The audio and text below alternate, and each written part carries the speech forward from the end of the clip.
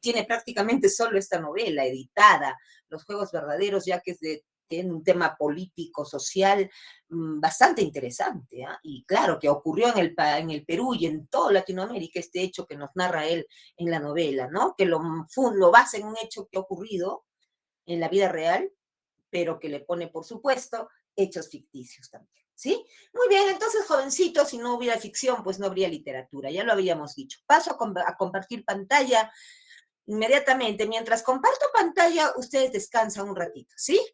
Muy bien. Ahí hay un link, no sé para qué es, chicos, ahí lo tienen. Bueno, jovencitos, yo empiezo a compartir pantalla.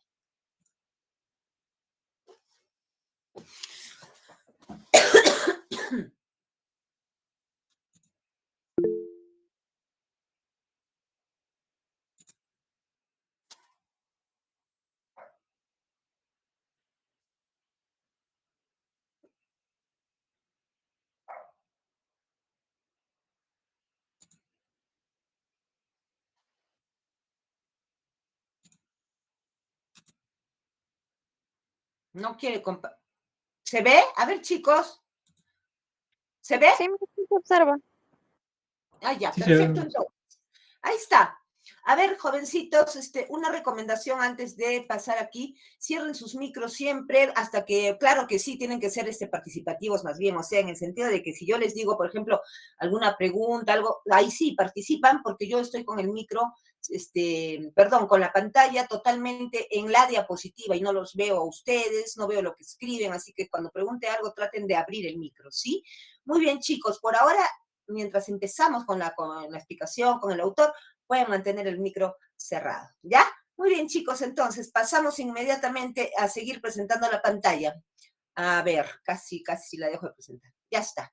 Muy bien, como se ve, ¿no? Me he vuelto a poner por si acaso. Okay. Muy bien, gracias, chicos. Siempre comprobando yo, porque un día no, resulta que estaba así, no había presentado como un minuto, nadie decía nada. Me di cuenta yo sola. Tienen que decir cuando no estoy presentando. Alguien, por favor. ¿Ya? Si es que en caso no me doy cuenta o algo pasa, ¿ya? Muy bien, no por parte del CEPRUN, sino mía, la computadora falla a veces. Muy raro, pero alguna vez me pasó, ¿ya? Bueno, él es Edmundo de los Ríos, arequipeño, seguimos con la literatura regional, arequipeña, por supuesto, mucho más contemporáneo, pues, que Mariano Melgar. Mariano Melgar fuera de la época de la emancipación, cuando todavía nosotros estábamos en la colonia, y en fin, él nació en 1790, él nació en 1944, ya es un hombre de nuestra época, pues si estuviera vivo, ¿qué haría con nosotros? ¿No? Pero ya murió. Bueno, un poco joven, porque todavía fuerte, pero ya por una enfermedad se lo llevó, lo puso débil, ¿ya? Muy bien, vamos a ver. Edmundo de los Ríos nos habla en su novela que vamos a analizar en esta clase, que se llama Los Juegos Verdaderos, nos habla de un tema como es bastante interesante, discutible, controversial, a veces entre los políticos, entre cualquier persona, ¿no? Como es las guerrillas. Supongo que tú habrás escuchado de las guerrillas, ¿no? Y si no, pues ahora lo vamos a saber, lo vamos a conocer. ¿Ya? Muy bien, entonces vamos a pasar a la biografía primero de Edmundo de los Ríos. A ver, Edmundo de los Ríos nació aquí en Arequipa, ¿cuándo? El 22 de octubre de 1944. ¿Ya? Ahora, su infancia transcurre aquí en Arequipa, en el tradicional barrio de Vallecito. Cuando era niño, ahí jugaba en los parques, los pastos, todos los parques que habían por ahí, por el barrio de Vallecito, que queda muy cerquita de cual de todos nosotros. En realidad es por donde queda la avenida La Marina, ahí no hay por donde el puente San Martín que viene desde la Católica, y hay un óvalo, ese es el óvalo de Vallecito, pues, ¿no? Y es en ese barrio tradicional, ya antiguo, muy bonito, vivía Edmundo de los Ríos, y ahí nació y creció. Ya, entonces vamos a seguir. Estudió, bueno, su colegio, ¿no? Sus estudios primarios en el Colegio San Agustín de Arequipa, y parte de su educación secundaria la hizo en el Colegio San Francisco de Asís. Luego, más o menos, entre cuarto y quinto de secundaria, por más o menos en cuarto, no sabemos eso exactamente, culmina su secundaria, su quinto secundaria, en el Colegio Salesianos de Lima, o sea que se trasladó a Lima con sus papás en su adolescencia, estando en cuarto, quinto secundario, en cuarto es lo más probable, se calcula, y bueno, es ahí donde termina su secundaria en Lima, en el Colegio Salesianos. ¿Y por qué se calcula? ¿Por qué, Miss, está usted así, como que sabe y no sabe bien sus datos? Porque Edmundo de los Ríos fue sumamente hermético en su biografía, en su vida personal. No se sabe mucho de él. Hay poquísimos datos biográficos, poquísimo. Es prácticamente lo que les he dicho, es casi todo lo que se sabe de su vida. Es muy, muy, muy poquita la biografía que hay. Por ejemplo, desde aquí, que desde que estudió en Lima hasta que publica Los Juegos Verdaderos, no se sabe de él. Entonces hay cosas, pues, que por eso hay que aclararlas, ¿no? Ustedes dirán, ¿por qué tan cortita la biografía? Porque no hay más datos, no hay. Él era así, hermético, ¿ya? Tal vez no quiso hablar, pues, de su vida mucho. Y hay personas así. Bueno, seguimos. Una vez que termina la secundaria ya, bueno, ya la termina en Lima, ¿no? Retrocedemos un poquito otra vez a cuando está aquí en Arequipa y vemos que desde los 13 años, a una edad muy temprana, ya lo encontramos escribiendo en los diarios arequipeños, Noticias, El Pueblo, Correo, El Deber, y a los 17 años ya trabaja pues más bien en el diario La Prensa en Lima. O sea, aquí a los 13 años ya le encantaba el periodismo, trabajaba en El Pueblo, Correo, El Deber, ¿no? Y el diario Noticias, que son arequipeños, y a los 17 años, estando ya en Lima, recuerdan que se fue antes ya a vivir con sus padres allá, trabaja en el diario La Prensa a los 17 años. De ahí ya no se sabe nada más de su vida hasta 1968, en que el autor, el escritor arequipeño, ya tiene entre 23 y 24 años, ¿no? Entonces, ya sabemos que a los 23 años empieza a los 19 a escribir la novela y a los 23 ya la culmina, o sea que en 1968 la tiene lista, su novela Los Juegos Verdaderos, la quiere publicar al parecer acá, pero justo en el año 1968, al parecer es por eso que no la puede publicar acá, no hay nada que se pueda decir directamente, pero se infiere que en el Perú no la podía publicar Los Juegos Verdaderos debido a su temática de las guerrillas que se estaban dando justo en los años 60, 65, 66, estaban terminándose las guerrillas en el Perú y en bastantes países de Latinoamérica, casi en toditos. No solo en el Perú, se hace un movimiento político de ideas izquierdistas que se han ido dando a lo largo de los años 60, de la década 60 mayormente, no solo en el Perú, sino en todo Latinoamérica, ¿ya? Entonces, en 1968, como acá estaba, bueno, gobernaba pues Fernando de Belaúnde Terry, pero de pronto le dio el golpe de Estado, el militar general Juan Velasco Alvarado, y que empieza un gobierno de facto donde no haya libertad de expresión, que ibas a publicar menos una obra que hablara de ello, ¿no? Por ello es que parece que llevó su novela a México, ¿no? Al Centro Mexicano de Escritores, ¿ya? Y ahí la lee el director de este Centro Mexicano de Escritores, que es nada más ni nada menos que el gran escritor, literato, Juan Rulfo, ¿no? Tú lo debes conocer, autor de Pedro Páramo, del Llano en Llamas, en fin. Juan Rulfo lee esta novela y le encanta la temática, la manera como narra y cómo están ocurriendo las guerrillas aquí en el Perú, cómo lo dice de una manera cruda, el mundo de los ríos, ¿ah? Y cómo narra, tiene una narrativa difícil pero interesante, que la lees la novela hay que leerla 2 veces para que la puedas dominar, entender, y una vez que la entiendes, te atrapa, es muy bonita, ¿ya? Ahora, Juan Rulfo por ello al parecer le da una beca a Edmundo de los Ríos, y en ese mismo año, en 1968, viaja a México, pues gracias a esa beca que le otorga el Centro Mexicano de Escritores y que lo dirige Juan Rulfo, ¿ya? Muy bien, junto a Augusto Monterroso y Francisco Monterde, que no son tan conocidos como Juan Rulfo, ¿no? Incluso habría que ver un poco sus vidas para saber quiénes son, ¿ya? Pero aquí lo importante es Juan Rulfo, ¿listo? Estamos en 1968 y Edmundo de los Ríos está en México. ¿Ya? Ahí le van a editar su novela en 2 formatos. Ese mismo año, rápido, ¿no? En un formato en un tiempo y en otro al poco tiempo al mes. Otro, o sea, hay 2 publicaciones en 2 modelos distintos, la carátula, la novela es la misma. Ya entonces, como que 2 editoriales se la publican en México, ¿no? Entonces, son 2 formatos y eso se hace en México. Luego, ese mismo año, en 1968, La novela Los Juegos Verdaderos fue leída en Cuba, en La Habana, capital de Cuba. Ahí en la Habana, en Cuba, se lleva un concurso literario todos los años, incluso creo que hasta el día de hoy, se llama Casa de las Américas, ese concurso, ¿ya?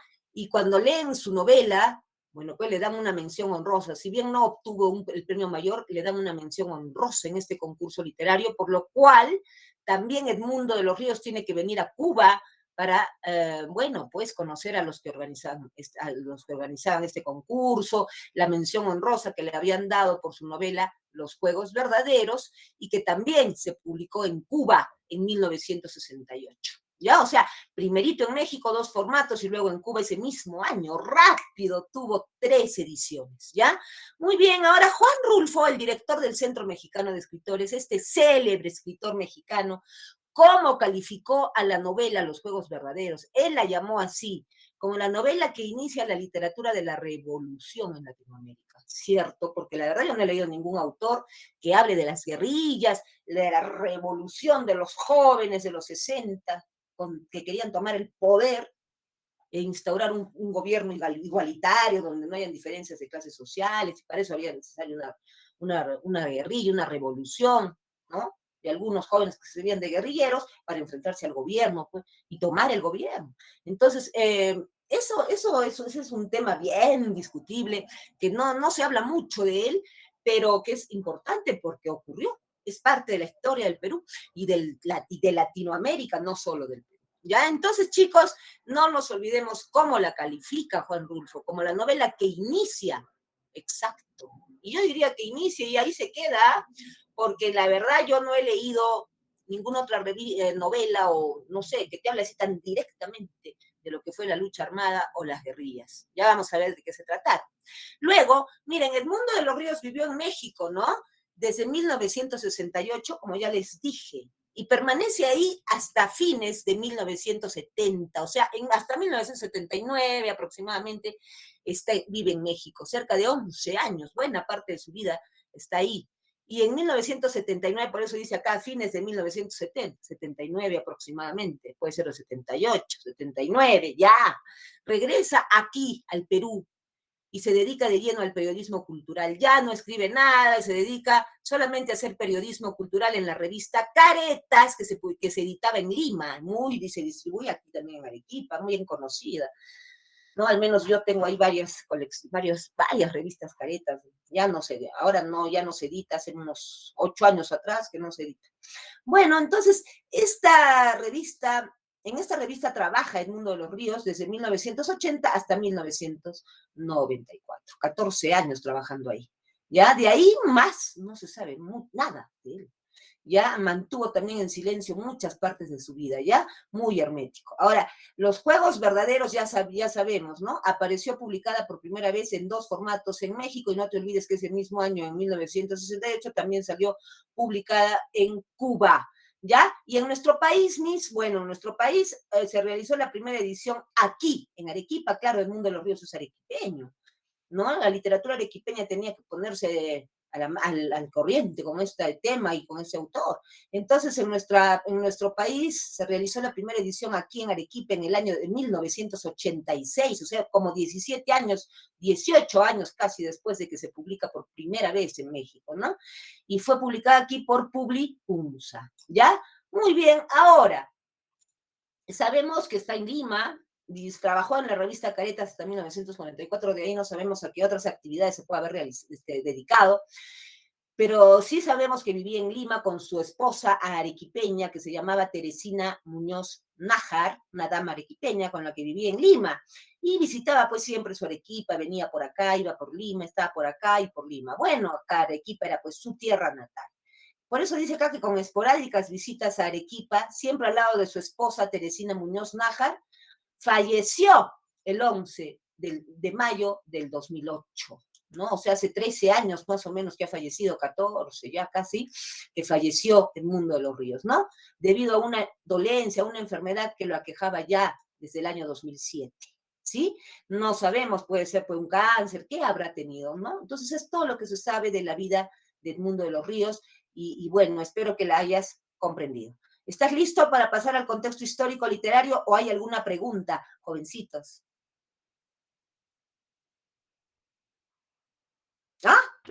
Todo claro, Miss. Ninguna, Está Miss. bien, Miss.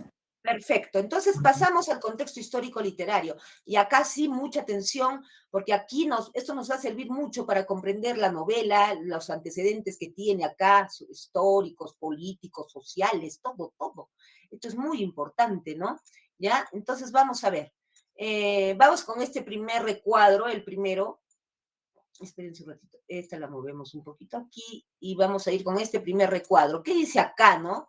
Dice, en la década del 50, voy a leerles estos dos párrafos en su totalidad, ¿sí?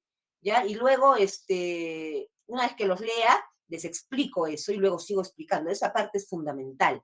Dice, en la década del 50 se configura el estado actual de nuestra nación con todo el desborde popular del que nos habla José Matos Mar en su ensayo Desborde Popular y Crisis del Estado, que lo publica en 1984. Según este sociólogo, el desborde empieza más o menos entre 1885 y 1920, cuando la propiedad monopólica se extiende abusivamente en el agro, la minería y la industria urbana aquí en el Perú, ¿ya? Y en varios países de Latinoamérica. Ahora, esto te lo voy a explicar, te lo voy a explicar. A ver, ¿qué quiere decir Miss la década del 50? ¿Cómo que se configura el estado actual, pues, misita de nuestra nación? ¿Cómo es eso del desborde popular? ¿Cómo es eso, profesora? Bueno, en realidad es muy sencillo, ¿no? Mira, en la década de los años 50, 1950, 51, 52, al 55, en fin, se va configurando el estado actual de nuestra nación. ¿Y cómo es el estado actual de nuestra nación? ¿Cómo es su economía? De libre mercado, capitalista. Hay empresas extranjeras ahorita que se compran a las peruanas, a las que son empresas peruanas, más pequeñas y la apoderan pues, de todo un rubro de productos y ellas venden. Hasta ahora hay eso de los monopolios, ¿no? Pero esto de los monopolios en los años 50 va a causar un gran desborde popular. Ahí se va a hacer fuerte esto. ¿No? ¿Por qué? Porque es algo que se está produciendo recién, ¿no? Entonces se toma fuerza en los años 50 y se produce un desborde popular. ¿Qué es un desborde popular? Es pobreza, migraciones, desigualdad social, porque mucha riqueza traían a los ricos, estos monopolios, y a los pobres cada vez los hacía más pobres. Y entonces hubo problemas sociales y económicos terribles, y eso se le llama desborde popular y crisis, pues, por lo tanto, del Estado. Por eso lo tituló así su ensayo, José Matos Mar, como desborde popular y crisis del Estado, ¿ya? Esto ocurre en los años 50, pero él publica este ensayo en 1984. Pero según este sociólogo, para él, según su análisis, el desborde popular empieza más o menos, no en el 50, ahí toma fuerza y bastante, ¿ah? Sino empieza más o menos entre 1885 y 1920. Ahí los ubico un poquito, ¿no? 1885, ya estamos en un Perú republicano. Estamos en la guerra del Pacífico. Recién habíamos terminado en 1885 la guerra del Pacífico, estábamos en un periodo de reconstrucción nacional, ahí hubo mucha corrupción, en fin, y entonces van entrando empresas extranjeras también al Perú, ya desde la reconstrucción nacional, después de la terrible guerra con Chile. Entonces, la entrada de estas empresas de capital extranjero que se compran a las peruanas, a algunas empresas peruanas, a las más importantes a veces, empezaron a entrar ya en el siglo XIX, a finales, faltando 15 años para el siglo XX, en 1885.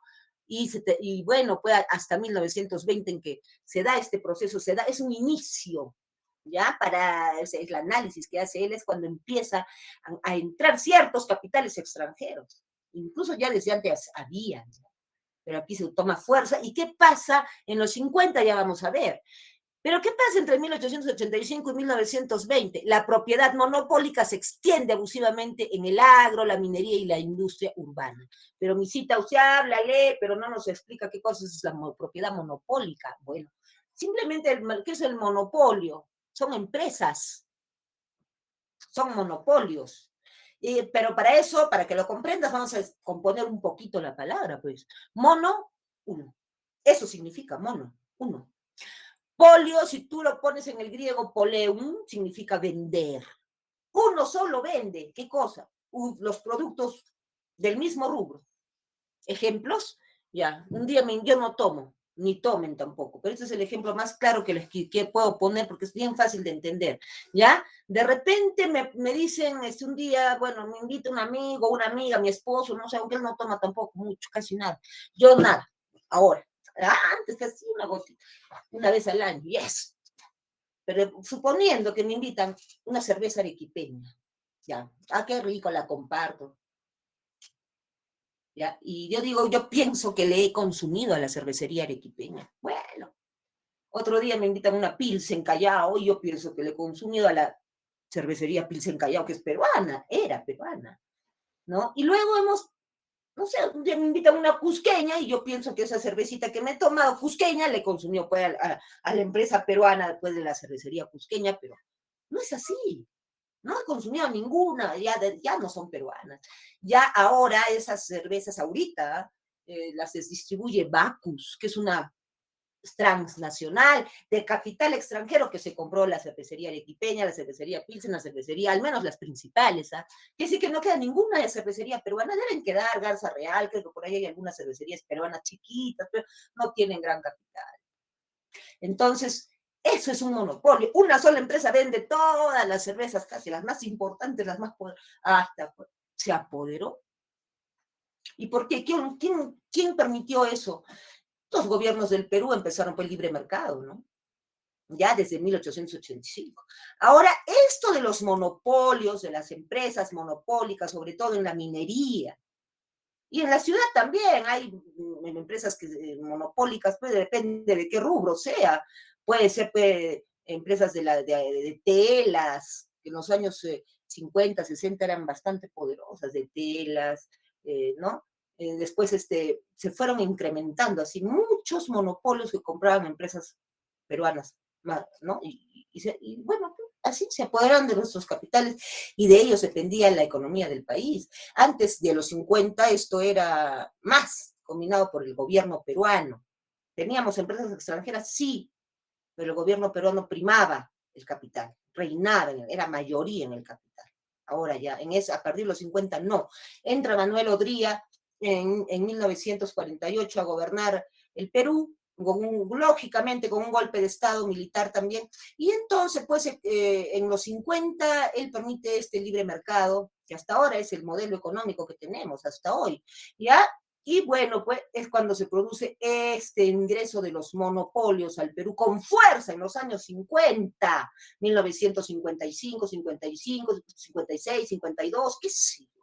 No, que se ordena, pues ya es 48, sí, desde los 50 empieza, con fuerza. Entonces, ¿qué empieza a suceder? Sobre todo con las propiedades, las empresas monopólicas mineras que tenían capital extranjero. Eran la Mineral Perú Corporation, todavía les ponían, pero eran de capital extranjero, estadounidense, supongo. Venían y se iban a las tierras para ahí buscar sus yacimientos de oro, de plata, qué sé yo, y donde estaban, ¿a dónde se iban? Donde estaba pues, el campesino indígena, el campesino que vivía de sus vaquitas, de su agricultura, y llevaba una vida tranquila y al menos tenía su casita y su vida tranquila, y ellos van abusivamente y lo sacan, el arranque, se produce el arranque de las tierras, de sus tierras, de los indígenas injustamente, y se quedan sin nada, y ahí empiezan a poner, pues, a buscar sus tierras, sus yacimientos mineros, y también en combina con los mineros, con los monopolios, estaban los grandes hacendados, los terratenientes, los que tenían grandes capitales de dinero y se venían a apoderar de las parcelas, de las tierras que eran auténticamente de los agricultores indígenas, ¿no? Entonces, los sacaron también los hacendados y empezaron a construir haciendas algodoneras, vineras, pisqueras, no solo en la sierra, en la costa también. Habían agricultores costeños que se quedaron sin nada. Ahí también hacendados, mineras también en la sierra. Entonces, ¿qué empieza a pasar con estos pobladores que se quedan sin nada? Los sacaron de sus tierras, no hay nada. ¿Qué tienen? Pues nada. Por eso dice que empiezan a pasar ahí en la costa con esos que tenían sus tierritas, igual que en la sierra, y los villanos se han quedado sin nada, han llegado los hacendados, hay muchas haciendas en el Perú. Si tú miras, hay haciendas vitivinícolas, algodoneras, azucareras, que los grandes, los poderosos terratenientes, los oligarcas, la oligarquía es la clase de poder, el gobierno también pertenece a la oligarquía, ¿no? Los monopolios, ni hablar, oligarquía, ¿ya? Entonces, mira, allá en la costa, por ejemplo, en la costa ya, porque nosotros estamos entre costa y sierra, Arequipa, ¿no? Bueno, en la costa propiamente dicha, ¿ya? Ahí también hay agricultores. ¿Y qué hacían ellos? Por ahí tenían que irse a trabajar de lo que pudieran como obreros en algunas empresas así monopólicas o cualquier otra que encontraran. Y como no tenían preparación, les daban un sueldo mínimo. Terriblemente, eran simplemente asalariados. Si en su familia habían 5 personas, ellos ganaban como para 2. Entonces así les pagaban una miseria, una cachetada a la pobreza. Entonces estos obreros asalariados daban realmente, pues era terrible esto, ¿no? Porque los dejaron sin nada y encima ahora trabajaban y les pagaban un sueldo mísero, vivían donde podían también, se iban a los cerros de las ciudades y al mar sus casitas. Eso se llaman asentamientos humanos. Y en la sierra pasaba lo mismo. El indio se quedó, el agricultor indígena se quedó sin tierra, sin nada. Sobre todo cuando llegan los hacendados, peor, hacen sus haciendas y los vuelven a enganchar. ¿Cómo es eso? Algunos indios que estaban sin nada, indígenas que eran sus tierritas de ellos, el verdadero peruano, ¿no? Agarra y estaba no sabía qué hacer, está desesperado, sin nada. Algunos ya por eso tuvieron que emigrar y se dan las migraciones en los años 50 y se van a Lima a buscar una mejor vida, no tienen nada. ¿Qué van a hacer ante el poderoso hacendado? Nada, no tienen ningún poder. Y se van a Lima. ¿Y qué buscan? ¿En qué encuentran en Lima? Tampoco encuentran nada. ¿Ya? Entonces, Lima, ser súper, ¿cómo que te puedo decir? Crece demográficamente enormemente en los años 50 y en los años 60 se triplica su población. Se triplica o se cuadruplica. Ya pues estos agricultores indígenas y costeños que bajan a la gran ciudad, ¿qué encuentran? Nada. Trabajo, nada. Vivienda, nada. ¿De dónde tienen que construir sus viviendas? En los cerros que bordean Lima. Eso se llama pues las migraciones agrícolas a la ciudad. Y esto ocurre porque los monopolios entraron ahí, pues, los hacendados, y eso trae una gran desigualdad social. Y mientras tanto, ¿qué pasaba en la sierra con los indígenas que se habían quedado sin nada? Los volvían a enganchar, se llamaba arranque y el enganche. ¿Qué es el enganche?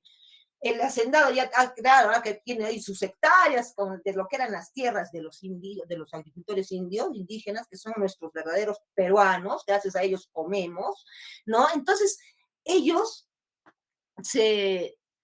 algunos que quedaron en la sierra, también no se atrevían a irse así nomás a otras ciudades, no es fácil, menos a la capital. Entonces el hacendado les ofrecía, a ver, les doy un pedazo de tierra para que vivan, coman, pero me trabajan tantas hectáreas. Era un trabajo terrible. Y les pagaban una miseria, a veces no les pagaban, y todo a cambio de tener dónde vivir. Y ellos enganchaban a la vez a otros que estaban fuera, ayúdame. Y ahí viví. Y otros, grandes cantidades, migraban a la ciudad de Lima, ¿no?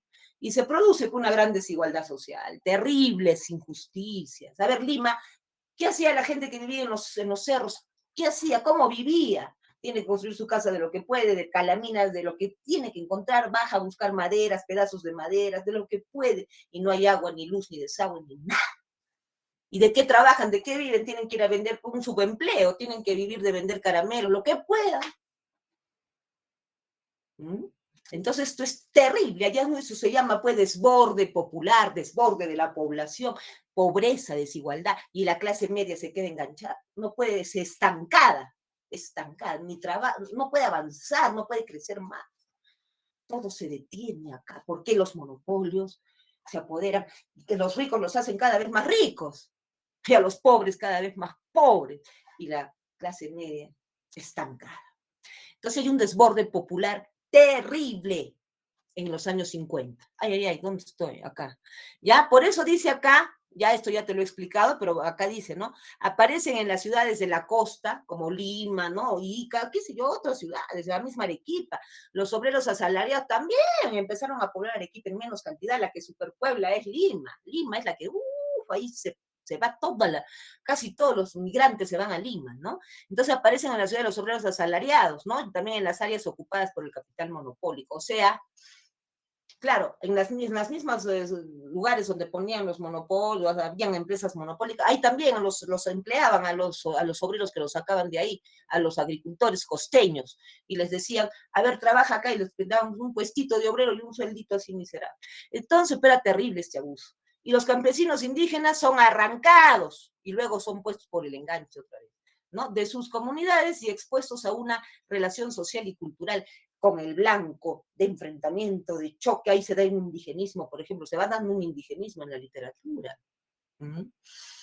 Ya, entonces, mira, después de ello, ya, pues, ¿qué más podemos decir? Ya te he explicado esto, ¿no? Y entonces por eso dice que la población limeña en los años 60 aumenta casi el triple de lo que era en el 1940 su población. Y surge una gran desigualdad social también en las ciudades, personas que viven en los cerros, discriminación social, eh, racismo más grande todavía que el que ya había. Era terrible. Era un desborde popular, una crisis estatal terrible. ¿Ya? Muy bien, entonces todo esto, pues, cuando aparecen estos abusos cometidos por las autoridades, los terratenientes o los hacendados, se produce esta terrible desigualdad e injusticia social, que es lo que va a dar origen a las guerrillas, ¿ya? Porque es por ello que surgen las guerrillas. Si no, estaríamos en otra situación. No hubiera ocurrido tal vez esto, ¿no? Entonces, vamos a ver, hasta aquí ya te he explicado las razones por las que se da esta desigualdad, injusticia social. Ahora vamos a ver, la sociedad de 1950, estamos todavía en la década de los 50, 58, ya vamos a pasar a los 60. Y está consciente de las migraciones y de la pobreza que ha traído estas migraciones y de los monopolios que han entrado, los poderosos, los ricos, del pobre cada vez mejor, y son conscientes de esto como consecuencia de los grupos. Y entonces surge como consecuencia a través de esta conciencia, de estas migraciones, y ellos, algunos pobladores intelectuales, se identifican con estos pobres. Miran tanta injusticia y tanto poder en el rico, que muchos intelectuales ya hace pues, que grupos intelectuales, dice acá, se junten, se unan para buscar un cambio y establecer una sociedad sin diferencias de clases sociales. O sea, hay grupos intelectuales de pensamientos izquierdistas, a gente leída, instruida, que pertenece a un determinado partido político, abandona ese partido y se va y forma su propio partido izquierdista. ¿Para qué? Para luego armar una revolución y bajarse, como se dice vulgarmente o cotidianamente, tumbarse ya al gobierno de turno, a quien esté, y tomar ellos el gobierno e instaurar un gobierno comunista. Eso es igualitario, donde no hayan diferencias sociales, ¿ya? Por eso, pues dice acá, ¿no? Estos grupos intelectuales se juntan para buscar un cambio y establecer una sociedad sin diferencias sociales, de clases sociales, tomando como única alternativa la senda de la violencia. Tenía que haber violencia, no había otra forma. ¿Inspirados por quién? ¿Por quién? Acá dice, teniendo como antecedente el triunfo de la Revolución Cubana de 1959, encabezada por Fidel Castro. ¿Qué es eso, Miss? Tú sabes, pero te lo voy a repetir por si acaso. Mira, en 1959 Fidel Castro, un guerrillero, un estudiante de Derecho de la Universidad de La Habana de Cuba, se fue ahí a internar a la sierra, a la selva, hizo una estrategia bien buenaza, según él, y bueno, que le duró años, no crean que se fue de la universidad jovencito y a los 2 años tomó el poder, no, le demoró años hacer esto, planear esto con todos los que le secundaban en sus ideas, formó un ejército y le dio el golpe de Estado a Fulgencio Batista en 1959. Hasta ese año, Cuba era un país capitalista, como el Perú, como, bueno, los que trabajamos, pues tenemos un comercio capitalista, ¿no? Un gobierno capital. En cambio, ahí, a partir de ese momento, de ese instante de la Revolución Cubana, y hay una violencia tremenda y muchos del pueblo contra Fidel Castro no quieren, hay una gran revolución. Fulgencio Batista es sacado a la fuerza, era un militar, que lo saca también ahí Fidel Castro y empieza a reinar y instaura un gobierno comunista en Cuba, Fidel Castro, en 1959. Ahí Cuba se detuvo en el tiempo. No más carros, no más autos, nadie camina en carro, tienes que tener lo mismo. Si él tiene carro y tú no, eso es desigualdad. Tú nadie tiene. Todos en bus, así es la vida en Cuba ahorita, al menos es lo que yo he podido ver en algún video, porque no te pasan información de Cuba. Entonces, es un país así, pues, donde hay igualdad social, ¿ya? Según la idea de Fidel Castro, y esas ideas se respetan. Y esta idea de Fidel Castro la tenían estos grupos intelectuales, que tenían ideas izquierdistas, que querían hacer lo mismo que hizo Fidel Castro. Dice, si Fidel Castro pudo, ¿por qué nosotros no? Vamos a la revolución, pues. Y por eso dice acá, la violencia acá en el Perú y en otros países latinoamericanos, eso es como un movimiento que se da en los años 60 en toda Latinoamérica, chicos, no es solo en el Perú, así como está ocurriendo acá, igualito está ocurriendo en otras partes, en Argentina, en México, en Nicaragua, diferentes países donde se habla de América, pues donde se habla el castellano, eso es Latinoamérica. Puede estar en América del Norte, México queda al lado de Estados Unidos, es América del Norte, pero hablan castellano, es un país latino. Ahí también se están dando las guerrillas, por supuesto, ¿no? Entonces, la violencia aquí en el Perú, que también es un país latinoamericano, estuvo dada a través de los movimientos campesinos y obreros, y sobre todo, ¿no? Acá está, por los grupos guerrilleros, disidentes del APRA, ¿no? Entonces, ¿cómo es eso, Miss? Lo que ya te he explicado. Mira, estos grupos intelectuales, estos señores jovencitos que, bueno, ya tenían una instrucción, eran cultos, pertenecían mayormente al APRA. Era un partido de izquierda, el APRA en realidad. Tú sabes qué es el APRA, ahorita tú ya sabes quién es, quién lo dirigía, ahora ya está muerto según el dirigente. Él está muerto, pues ya Alan García, ¿no? Se suicidó, creo. Ya. Entonces, hace poco, nomás hace 2 años, creo. Ya. El APRA quedaba así nomás, pero es un partido conocido. Y el APRA en los 50, en los 60 era un partido de izquierda, pero hacia los 60 se quiere poner en el centro, ni de derecha ni de izquierda. Entonces muchos de ellos no quieren eso, ¿ah? Y se renuncian al APRA y forman sus propios partidos izquierdistas, como el MIR, Movimiento Izquierdista Revolucionario. Y son ellos los que van a formar las guerrillas, se van a ir de guerrilleros, se van a formar, van a irse a Cuba, los van a solventar bien sus uniformes, sus estrategias de guerra, todo, y van a volver acá al Perú a internarse en la selva peruana, en la ceja de selva, cerca de la sierra también, y ahí van a ver cantidad de ejércitos guerrilleros, que no solamente está conformado por estos políticos que han salido del APRA y han formado el movimiento izquierdista revolucionario en el Perú, existió, y también el UNIR, Unión Nacional Izquierdista Revolucionaria, también, y otros, ¿no? Pues son los dos más importantes. Y entonces también había en las universidades que son masivas, en todas las universidades del Perú y de Latinoamérica, de Argentina, de México, en los 60 al mismo tiempo se estaba dando casi esto. También los jóvenes, había un grupo de estudiantes revolucionarios, Federación de Estudiantes Revolucionarios, en las universidades. No solo nacionales, también particulares, si es que había, aunque sea un grupito, pero había, hasta en las particulares había.